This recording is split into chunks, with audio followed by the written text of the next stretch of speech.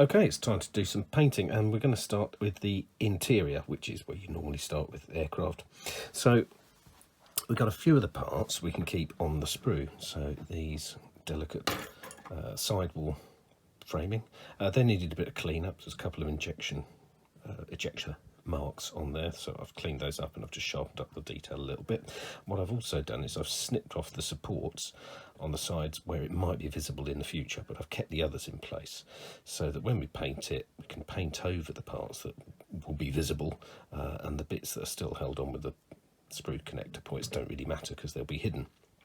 So there's a few parts like that are on there, and I've cleaned up. We've got the instrument panel, we've got these two boxes here, and the side panels, of course.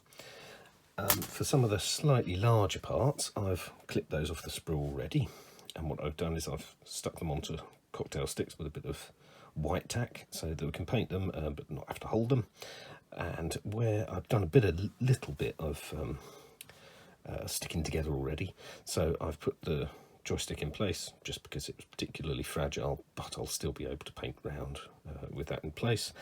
And I put the seat on its frame. So we can go ahead now and paint all these parts before we then stick them further together, along with, of course, the interior of the fuselage. So let's have a little look at that.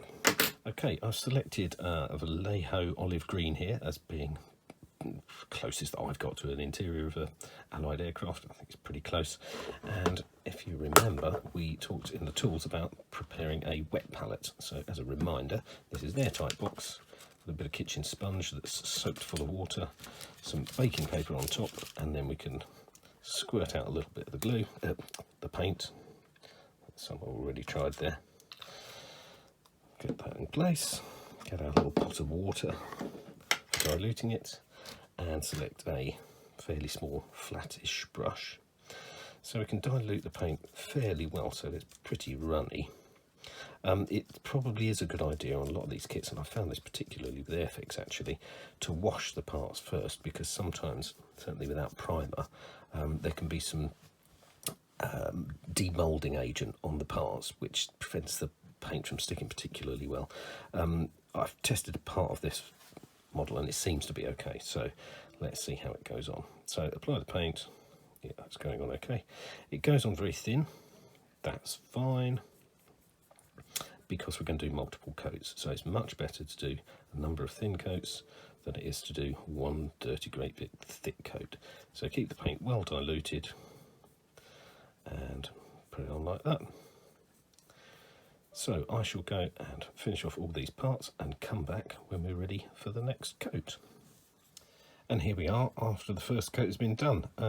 You'll notice that it's a pretty streaky finish. It does look fantastic, but don't worry about that.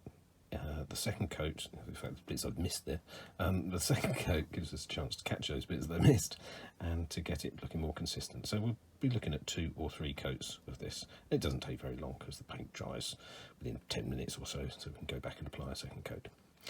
Time for the next coat. And we're back. All the parts have had 3 coats now, and it's still a bit patchy, but I'm fine with that. Real life is a bit patchy sometimes, and the weathering stages we've got coming up will smooth this out and bed it all in. It'll all look good. Don't worry about that. I've added a bit of detail painting as well, so that might be a bit blurry, but there's some detail now on some of the parts. So there were some buckles and straps on there. We've got the headrest. We've got bits on the floor that were called out as aluminium in the paint instructions, so I did those in the Model Air steel. That all looks very nice. And various control boxes I've done in black. Now I know I said I don't generally use black, but these control panels have decals for them, and those are very much black, so that would look a bit odd on grey boxes. So I have painted them black in this case.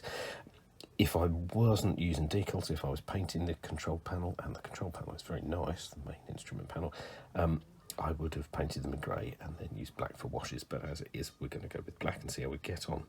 I've also picked out some other little bits and pieces in red and cream colours and all sorts of things really. I haven't looked at much in the way of references, I've just done what I think for it.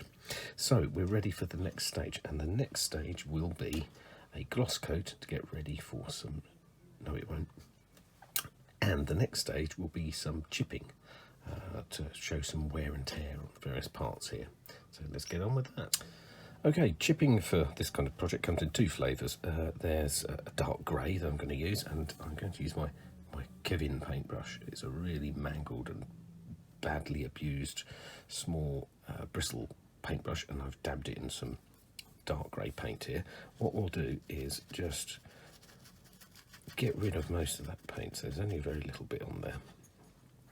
And then we'll take something like the seat and we'll just dot it very lightly over the parts of the seat that might get some wear and tear, and it will replicate, the hope is, dark chips where it's chipped, the paint's chipped off and it's chipped through to the metal, but that's corroded, and so it's gone grey rather than being a bright shiny silver. There will be some fresh areas of wear as well, and we'll replicate those in a slightly different way.